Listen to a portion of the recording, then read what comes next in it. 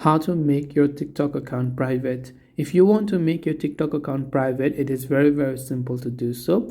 All you have to do is go ahead and then first of all make sure to launch the TikTok app, and this is the type of interface that you will see. Now what you have to do is from here tap on the profile icon from the bottom right in order to come to your profile page. Then after that tap on the three lines option located at the top right hand side of the screen, and from there you can simply go to this option that says settings and privacy.